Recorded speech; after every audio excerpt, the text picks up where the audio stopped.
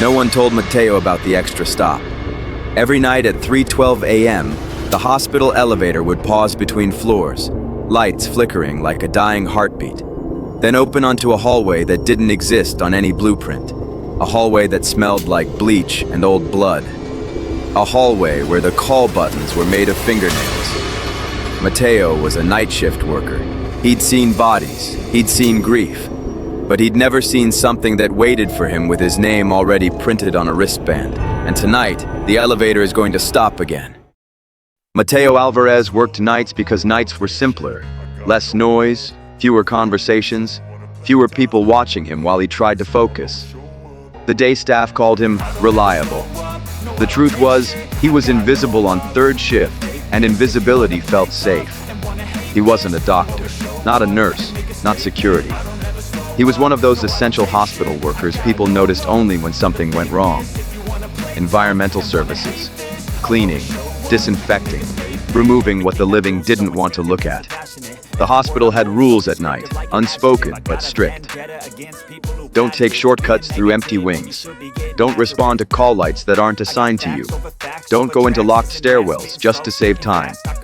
And never ride the elevator alone if you can avoid it. Mateo didn't believe in ghosts. He believed in exhaustion, in stress, in the way a building could feel alive because it never truly slept. But even he believed in one more rule, one he'd learned the first week. If the elevator chimed without being called, you waited. You let it close. You pretended you didn't hear it. His shift started at 11 p.m. By 2:30 a.m., he'd already mopped 2 OR corridors, hauled biohazard bags, wiped down a restroom where someone had been sick in a way that looked like fear.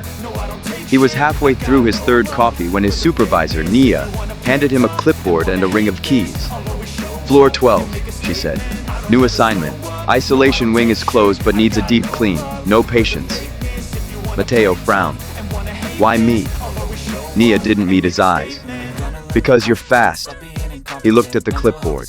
12A. Isolation. Scope. Full wipe down, floors, walls, doors. Special instruction. Do not access service stairwell. Use elevator only. Why elevator only? Mateo asked. Nia's mouth tightened like she'd bitten something bitter. Because that stairwell sticks. Because maintenance is slow. Because I'm telling you. She walked away before he could ask more. Mateo stood at the bank of elevators with his cart, feeling the hospital's fluorescent hum settle into his skull like a second heartbeat. When the doors opened, the elevator was empty. He stepped inside. The doors closed with a soft, wet sound, more like lips than metal. The elevator rose smoothly at first. Floor numbers glowed. 5, 6, 7. Mateo stared at his reflection in the stainless steel panel. His eyes looked too tired, too dark. The elevator passed 9, then 10. He felt a brief drop in his stomach like the cable had slipped. The lights flickered. Then the display did something strange.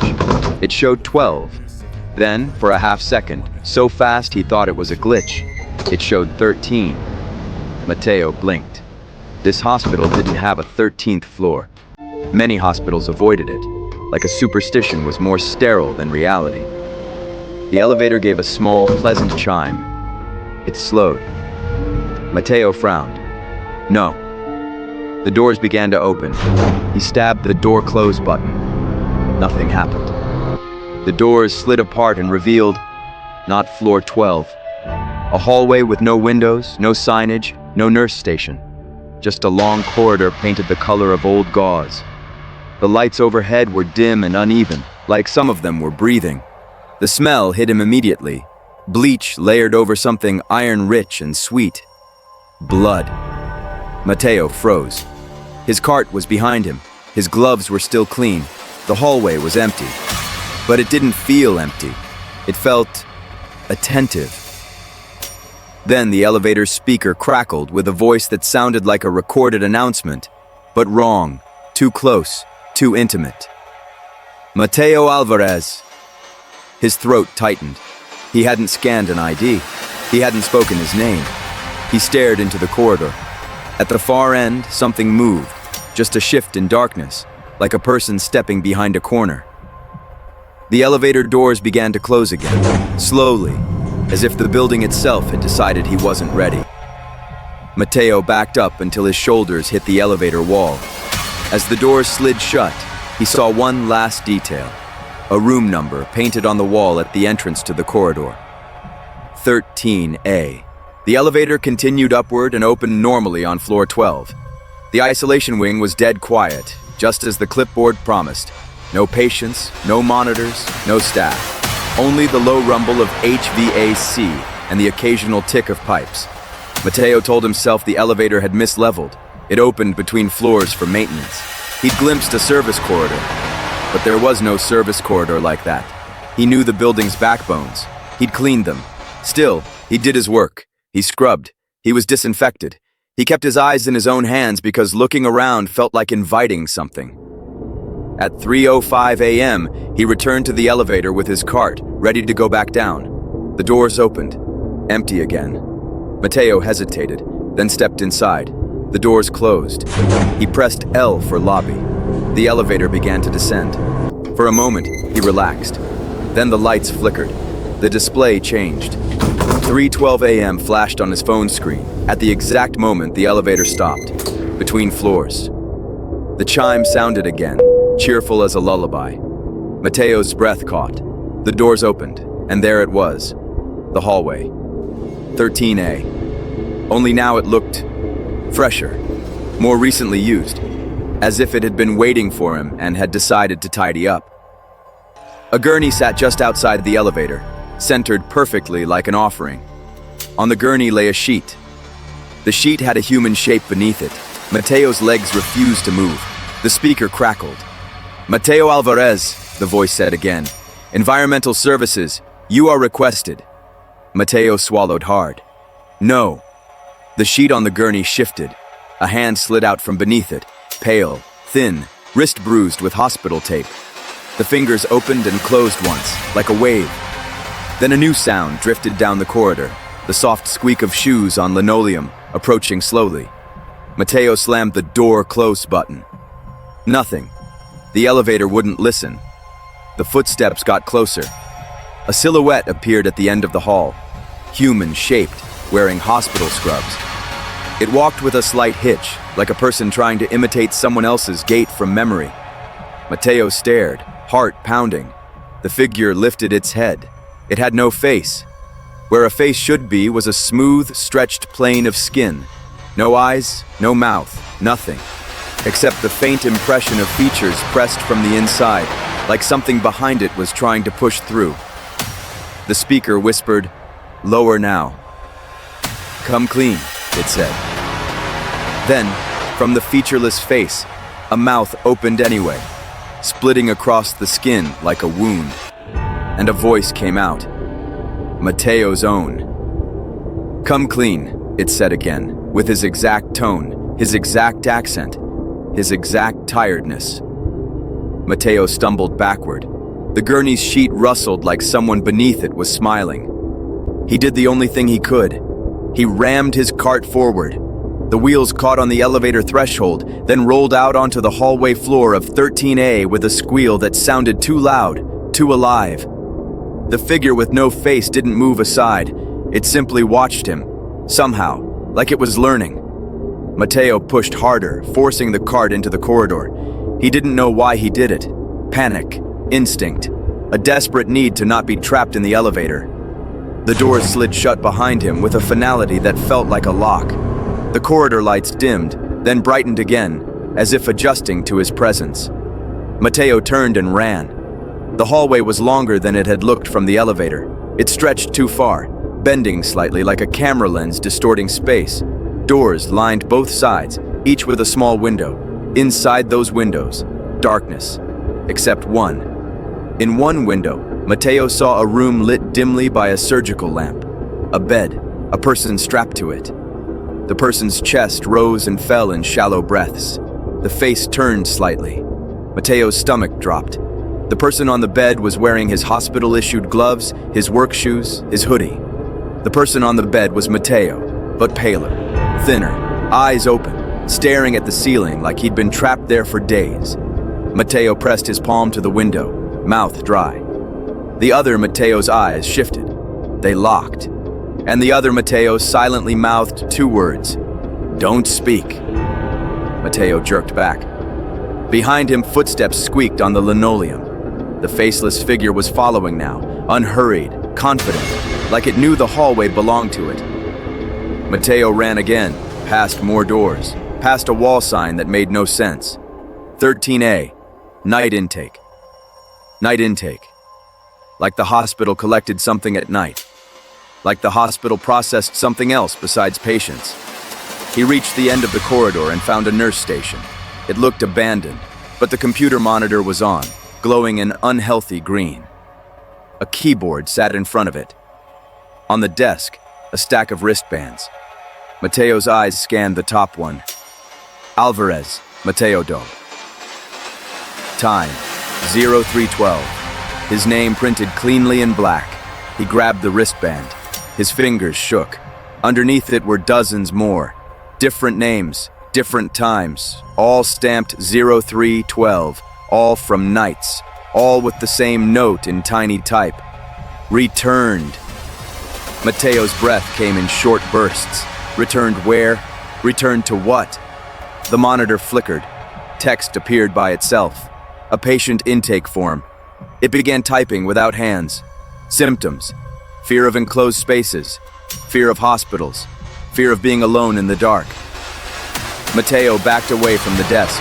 He could feel the corridor watching, the building's attention like a palm pressed against the back of his neck. The squeaking footsteps stopped behind him. The faceless figure stood in the center of the nurse station, head tilted. Its mouth split open again. Mateo's voice came out. "You're already checked in," it said.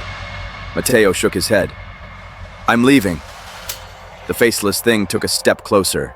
From somewhere in the station, a printer whirred to life. A piece of paper slid out slowly, like a tongue. It was a discharge summary. At the top, in bold, "Discharge. Mateo Alvarez status. Released." Mateo stared, confused. Released? Then the paper continued. Released to 13. Mateo's legs went weak. The faceless figure leaned in, close enough that Mateo could smell the corridor on it. Bleach, blood, cold metal. "We don't let you go," it whispered with his voice. "We let you out." Mateo ran again, back toward where he'd come from. The corridor warped. It didn't change in front of his eyes exactly. It simply became harder to understand, like trying to remember a dream while you're still in it. The elevator should have been near the entrance.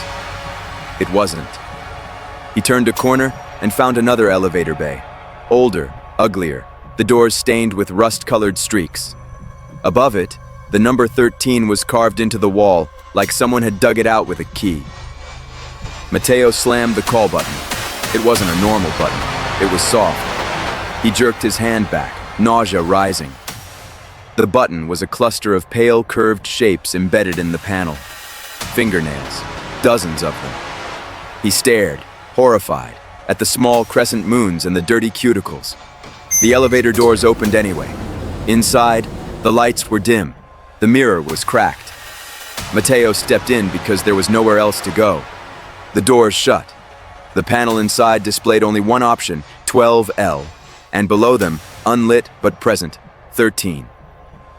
Mateo pressed L. Nothing happened. He pressed again, harder. Still nothing. The speaker crackled, close and wet. "Say it," Mateo swallowed. "Say what?" The elevator shook slightly like it was laughing. The speaker whispered in his own voice, "Admit it." Mateo's mind flashed to a memory he'd kept buried for years. His first hospital job, his first night cleaning a room where someone had died. How he'd cried in a supply closet afterward, shaking, and told himself he couldn't do it. Then he'd done it anyway. Not because he was brave, because he needed the paycheck. Because life didn't care about his fear. Mateo's chest tightened. "I hate this place," he whispered. The elevator went still. The speaker softened.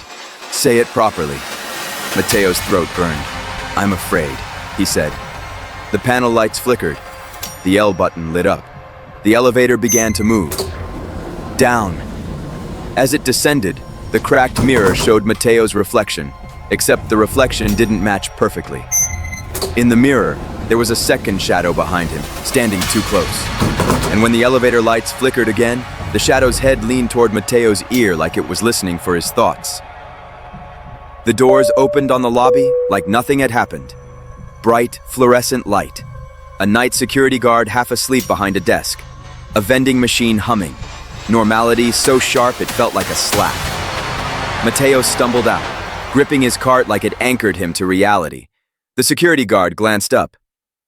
"You good?" Mateo tried to speak. His mouth opened, but no sound came out at first. Then he managed, "Does this building have a floor 13? The guard snorted. "Nah. Superstition. We go 12 to 14. You know that." Mateo's skin crawled. "Do the elevators ever stop?" he asked carefully. "Between floors?" The guard shrugged. "Old building. Sometimes they stick. Maintenance ticketed." Mateo stared at it, desperate. "At 312? The guard looked at him oddly. "You messing with me?" Mateo shook his head. He didn't trust himself to answer. He pushed his cart toward the staff hallway, planning to find Nia, to demand answers, to quit if he had to. But Nia wasn't in her office. No one was. The hospital felt too quiet. As Mateo passed a glass wall, he caught his reflection. For a moment, it looked normal. Then the reflection's eyes blinked a fraction too late. Mateo flinched. His reflection smiled. Mateo hadn't. He went to records. Night shift records was supposed to be locked. The door was locked. Yet when Mateo reached for the handle, it opened easily, like it had been expecting him. The room smelled like paper and disinfectant. Rows of filing cabinets, a computer, a single desk lamp that clicked on by itself as he stepped inside. On the desk sat a folder. No dust. Fresh. A label in neat print. Returned. Alvarez, Mateo. Mateo's hands shook as he opened it. Inside were documents. Old incident reports, staff notes, memos. One report stood out. Date: 4 years ago, incident. Patient transport. Elevator failure. Details: night shift EVS worker found unresponsive between floors. Notes: worker reported seeing a hallway that wasn't there. Worker resigned 2 weeks later. Status: returned. Mateo's breath caught. He flipped through more pages. Different names, same story. Elevator, 312, hallway, returned. Then he found something else. A blueprint, a hospital floor plan, and right there, drawn faintly in a darker ink, was 13A. A space between floors. A corridor that shouldn't exist. In the margin, someone had scribbled in panicked handwriting, "It's not a floor, it's an intake. The building learns your routine. Don't let it learn your voice." Mateo's phone buzzed. 3:11 a.m. His stomach dropped. He looked up at the office clock. It had stopped ticking. The air felt heavy, as if the building was holding its breath. From the hallway outside records, an elevator chime sounded softly. Once, twice, a third time. Then, from somewhere in the hospital, too close to be real, a voice whispered his name. Not from a speaker, not from the air vents, from the seam of the door. Mateo, his own voice. Mateo backed away from the door. He realized his hands were still holding the folder. The paper felt warm, like skin. The light flickered, and suddenly the records office felt different. Longer, dimmer, like the edges of the room were stretching into something else. He understood then. 13A wasn't just a place you accidentally found. It was a place the hospital opened when it wanted you, and it wanted him because he'd noticed it. He'd asked questions. He'd given it attention. The door to records creaked open an inch on its own.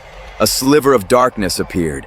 Inside that darkness, a shape waited, human-sized, patient, perfectly still.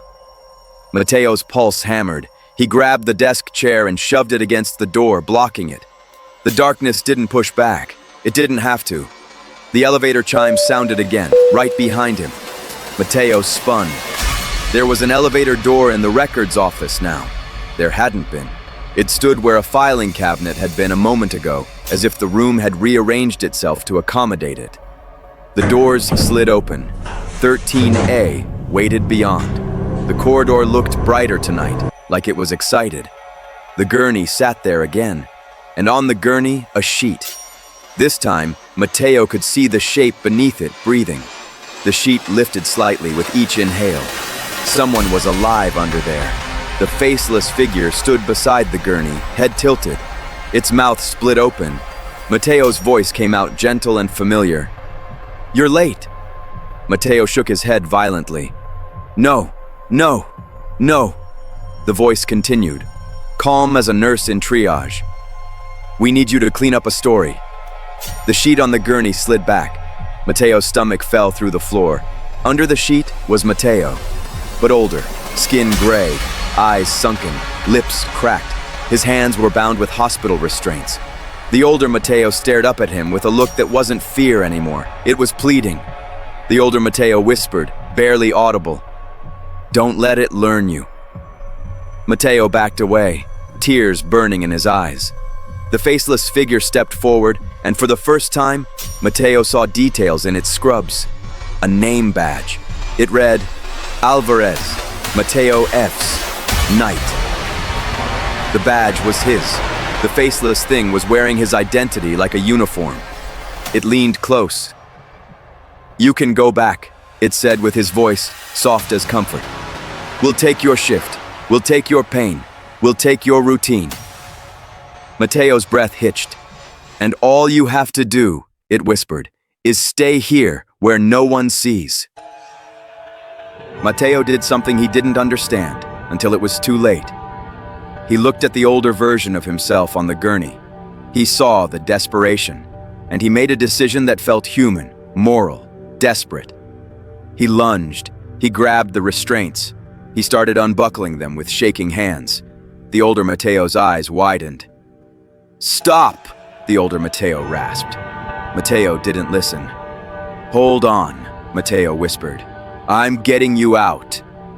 The buckles popped free. The older Mateo sat up, moving too fast for someone who'd been trapped. He swung his legs off the gurney. His feet hit the corridor floor. And when he stood, the older Mateo wasn't weak anymore. He was steady, perfectly balanced. He smiled. Not with relief, with recognition, with completion. The older Mateo leaned in close and whispered in Mateo's ear with a voice that was almost his. "Thank you. I needed you to do that." Mateo's blood turned to ice. Behind him, the elevator doors began to close, slowly, gently, like a nurse pulling a curtain. Mateo spun and shoved his hands into the closing gap. The metal didn't fight him. It didn't crush him. It simply kept closing, like the elevator was swallowing his arms. Mateo screamed. In the hallway of 13A, the faceless figure's skin rippled.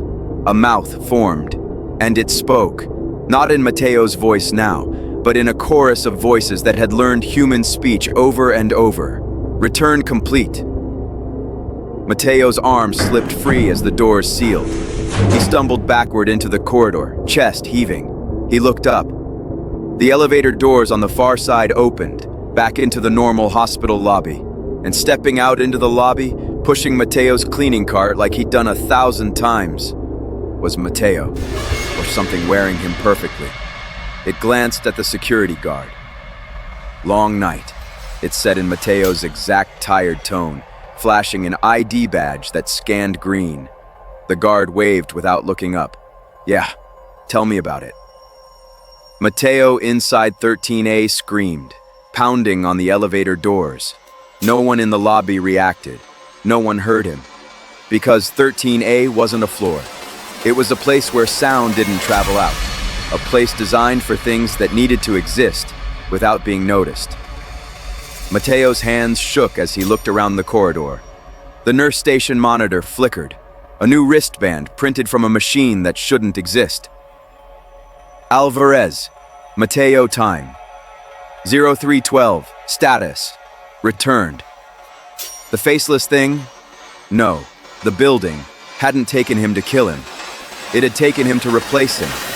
And the twist, the part that broke him completely, was what he saw next. Through the small window of a nearby door, he saw a room with a bed. On the bed lay another person, strapped down, eyes wide. A night shift worker he recognized from laundry services. Alive, terrified, mouth moving silently. "Help me." Mateo staggered back.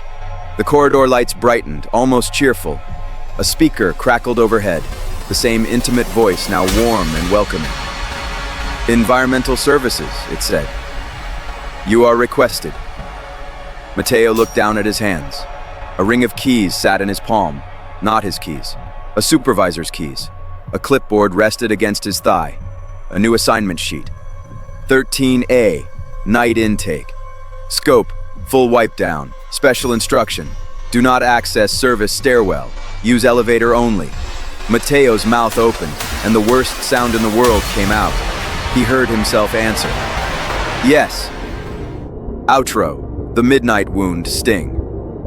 They'll tell you hospitals are built to save lives, and that's true. But they're also built to contain what people don't want to see.